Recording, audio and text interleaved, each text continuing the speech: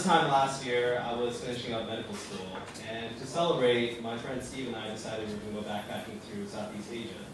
So we landed in the Philippines, in Palawan, which most people will tell you has the best beaches in the world. And our plan was to go to Port Barton, which is supposed to be the best sunset and also the best beach in the world. It was ridiculously hard to get to. And we were told to go to the bus station by 10 o'clock in the morning to catch the only bus that goes to Port Barton all week. We get there at 9 o'clock, the bus is gone. Turns out Filipino bus drivers don't give a fuck. They leave when they leave. So now we're screwed, what are we going to do? And we're like, you know what, it's only 120 miles north and 20 miles west, why don't we just get a scooter? So we go to this bike shop, and I asked the guy, hey, can we get a couple of scooters for 4 days? He's like, oh sure, where are you going to go? I was like, I'm going to go to Port Barton. He's like, oh, so you want a dirt bike? And I was like, I can't drive a dirt bike. How about just a scooter? And he's like, you're not going to make it on a scooter. And I was like, let's give it a try on a scooter, all right? And so I give him my passport as a deposit, and he's like, I'll see you soon. And it's a beautiful day, the sun's shining, the people are really nice, the ocean's all right, nice highway. We're driving. And after a little while we realized we should have made a turn a little while back. So we double back around, and I realized why I didn't notice it, because it's a tiny little dirt road that says to Port Barton. And we're like, fuck. And we're just staring at this thing for like 10 minutes, and neither of us speaking, and then we're like, you know what, fuck it. America! And making this happen. So now we start going in, and if you've ever driven on a cobblestone road, you know, like that rattling sound, imagine that like 10 times worse. That's what driving on a dirt road in a scooter is. And after like 2 miles, the dirt road kind of disappears, and now we start going uphill into like mountainous jungle. And it's all just like granite that's like random all over the place, and things start to get scary. And we slow down, but it keeps getting worse. And before you know it, the falls start to happen. And we keep going uphill and uphill. We're doing okay, I'm feeling a little bit confident. And then around mile 17, the back end just kicks out, it flies off, and I just land back, and I black out. I wake up like 10 seconds later, and my friend Steve's over me, he's like, are you okay? And I'm like, man, this better be the best beach ever. And we decide to keep going. And after about like 19 miles, it hits me, it's like, Port Barton's a seaside village. We should be at sea level, but we've been climbing a mountain. And it recurs to me the last half mile, all straight downhill. And we're staring at it, and we're like, whatever, let's do this. And we start going down, and as we're going down, I realize I've had my brakes on the entire time, and I can't go slower than 15 miles an hour.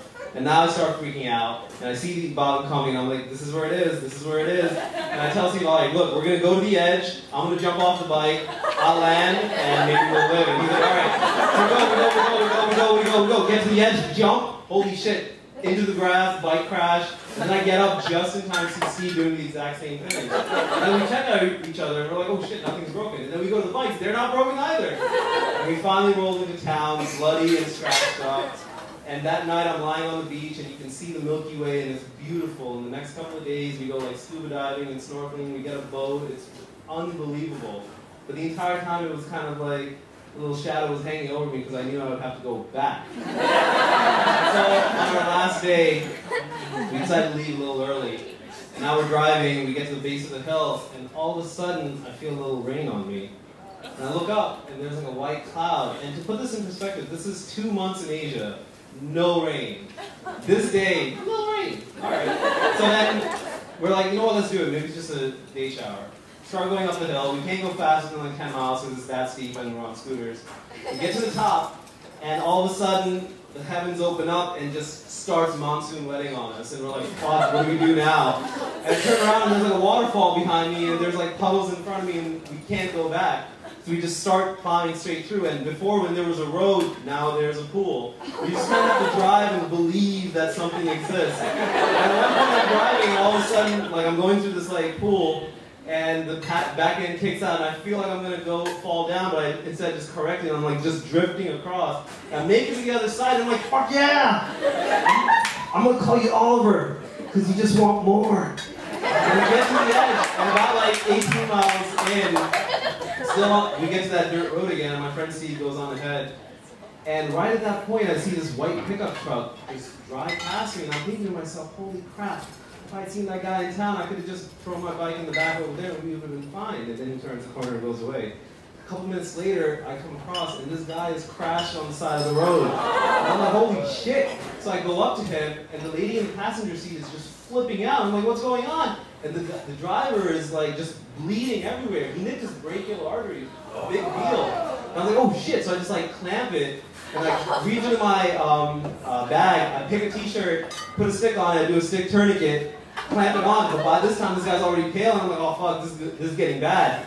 And I tell her, I'm like, all right, there's a hospital up the road. I'm going to drop him off there. I'm going to send my friend back for you. And she's like, ah! Okay. So I throw him on the back of my bike, throw my book bag away, head out to the highway. I'm driving like this, one hand behind me, one hand going this way. And I'm just like hoping for the best. My friend Steve sees me when I get to the highway. I'm covered in blood. He's like, what the fuck happened? And I'm like, there's a crazy lady in the back over there. Go get her and meet me at the hospital. And then we drive 20 miles further up the road. The entire time I'm going, I'm like, oh my God, what am I going to do? What am I going to do? What am I going to do? And finally, somehow we get to the hospital, drop him off, and the nurses are like, oh, thank you. Oh, shit. All right. And then they resuscitate him, and things are okay. And then we decide to head back, and the entire time it's still raining, and I have like 5 hours on a scooter to get back, and the entire time I'm thinking, wow, I did good there. And then it occurs to me, I have a broken bike, and that guy has my passport. What am I going to do? So we get back into town, and I'm sitting there up all night wondering, well, how am I getting my passport back? How am I getting my passport back? So the next morning we wake up, we go to the best car wash in town, we wax the shit out of these bikes, and then I go to the guy at the motorcycle shop, and he can't really see me. I'm kind of in between him and the bikes. And he's like, oh, so did you make it to Port Barton? And I was like, oh, did I? And then I tell him the entire story, minus the crash. And he's just looking at me, and he's just like, so the bikes were good? And I was like, yeah, they were good. And he's like, no accidents? No accidents. And he kind of just like didn't even look at the bikes. He was just so stunned. He just held out my passport, and I grabbed it. And then we speed walked, I got on the plane, and went home.